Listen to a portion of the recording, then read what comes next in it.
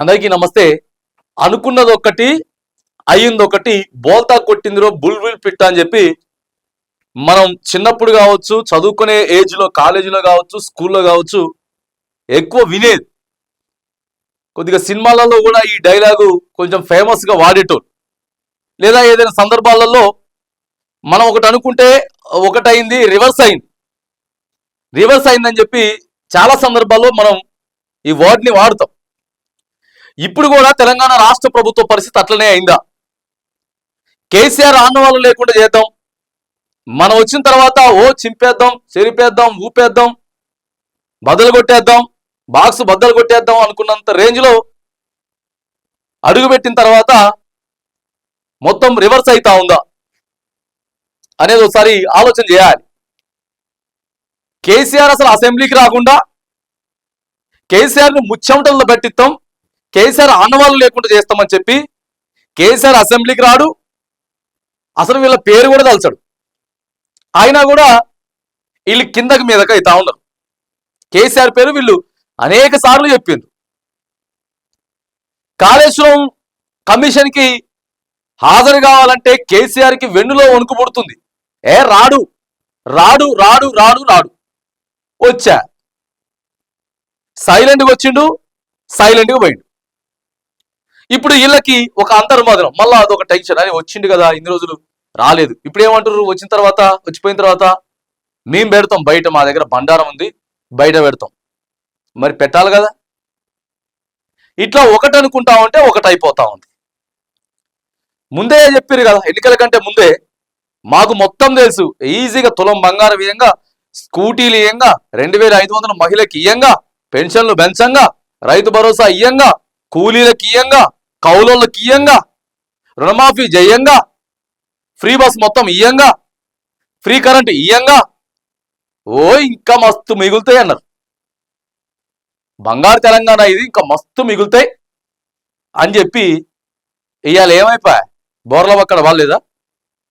మనం అంటలేము, ముఖ్యమంత్రి గారే అన్నారు కదా, డబ్బులు వస్తలేవు, సరిపోతలేవు, మనల్ని దొంగలు చూసినట్టు చూస్తుర్రు, చెప్పులు ఎత్తకపోయే లెక్క చూస్తుండ్రు, బ్యాంకర్లు, ఇన్వెస్టర్లు మనల్ని నమ్ముతలేరు, ఇంకా ఏమున్నది, రేట్లు పెంచాలా, రేట్లు పెంచకుండా ఎట్లా నడిపియాలి, ఇవన్నీ మాట్లాడలేదా ముఖ్యమంత్రి గారు?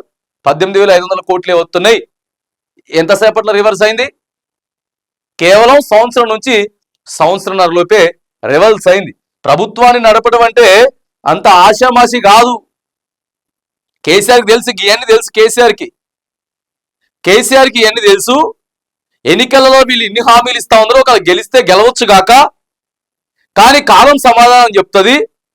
మనం మాత్రానికి కొద్దిగానే పెంచుదాం, ఎక్కువ పెంచడం అయితే కాదు అని చెప్పి ఆయన చల్లబడే కేసీఆర్ అని అర్థం చేసుకొని 10 ఏళ్ళు చూసిండు కదా, దాదాపుగా 10 ఏళ్ళు చూసిండు. 10 ఏళ్ళు ఏం చూసిండు? అభివృద్ధిని చూసిండు. అభివృద్ధిని చూపెడితే ఎంత డబ్బులు ఖర్చు అయితే చూసిండు, సంక్షేమం కోసం ఖర్చు పెడితే ఎంత ఖర్చు అయితే చూసిండు. మరి కేసీఆర్ ఏమో మామూలుడా? గీయన్నీ చూసిండు. గీయన్నీ చూసి ఇక నా వల్ల కాదే బాబు, 2000 ఉందిగా పెన్షను, దాన్ని ఒక 250 పెంచుతా, సంవత్సరానికి 250 పెంచుకుంటూ పోతా. ఇవాళ కేసీఆర్ కింద మీద పడితే ఇవాళ పెన్షన్ 3000 వచ్చేది. ఎందుకంటే సంవత్సరం కూడా అయిపోయింది కదా, కాబట్టి 2వ సంవత్సరం నడుస్తుంది కాబట్టి మహా అయితే ఎంత 6 నెలలకో సంవత్సరానికో ఇప్పటి వరకు అటు ఇటుగా కేసీఆర్ లెక్క ప్రకారం 3000 వచ్చేది. ఇక మేము ఉరికి 4000 ఇస్తామంటే గా 2000 కాడనే ఉన్నది కథ. 2000 కాడనే కథ ఉన్నది.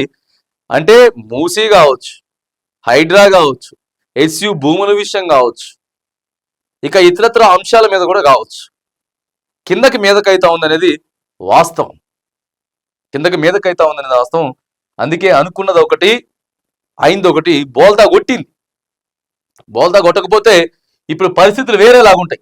అంటే మెయిన్ ఎక్కడ బోల్తా కొట్టింది అని అంటే, ఉత్తగానే మాటలు చెప్పి అధికారంలోకి వస్తే అయిపోలే, ఇలా సమయం అయిపోతుంది. ఈజీగా కళ్ళు మూసి తెరిచేలోపు సంవత్సరం వస్తా ఉంది, అవునా కాదు? రోజులు ఎట్లా గడిచిపోతున్నాయి అర్థం కావట్లే. ఏం సమాధానం చెప్తాం ప్రజలకి? ఇవాళ కేసీఆర్ గెలిచినా కూడా ఆగమాగమయ్యేది పరిస్థితి. లేవు, డబ్బులు లేవు. కొత్త రాష్ట్రం, కొత్త ప్రాజెక్టులు కట్టుకున్నాం, ఎంతో ఖర్చు పెట్టుకున్నాం, సంక్షేమ పథకాలు ఇస్తా ఉన్నాం, రావు, ఉన్న కాడికే నడుస్తుంది అది.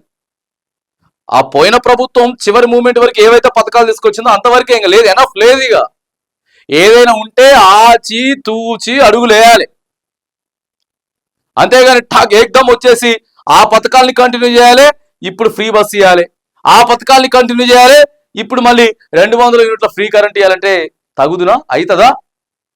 కాదు కదా. కాదు కాబట్టి మొత్తం అనుకుంటే ఒకటి, లంక బిందులు అనుకుని వచ్చినాం కానీ ఉత్త ఖాళీ కుండలే ఉన్నాయి. ఏం లేదు ఈడ, పైసలు లేవు, మనల్ని దొంగలాగా చూస్తున్నారు. సర్పంచ్ ఎన్నికలు పెట్టుకోవడానికి కూడా ఇలా జంకాల్సి వస్తా ఉంది. మంత్రుల్ని కేటాయించాలన్నా ఇలా జంకాల్సి వస్తా ఉంది.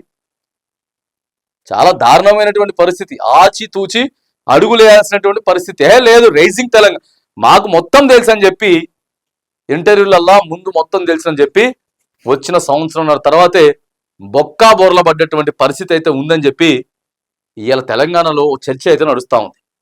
ప్రస్తుత ప్రభుత్వంపై మాత్రానికి ఓ చర్చ అయితే నడుస్తూ ఉంది. మరి తెలంగాణ ఎట్లా ముందుకు పోతుంది, ఏ రకంగా మనకి ఇన్నప్పులు అని చెప్తుర్రు, ఆగమాగం అవుతున్నాం, ఏం లేవని చెప్తున్నాం. కానీ మళ్ళా ఒక కొత్త నాయకత్వం మాత్రానికి తెలంగాణను నిలబెట్టాలంటే రావాలి, సమర్థమైనటువంటి నాయకత్వం అయితే ఖచ్చితంగా ఇప్పుడు తెలంగాణలో అవసరం ఉందని చెప్పి తెలంగాణ సోషల్ మీడియా ప్లాట్ఫామ్స్లలో మాత్రానికి ఇదే చర్చ నడుస్తుంది.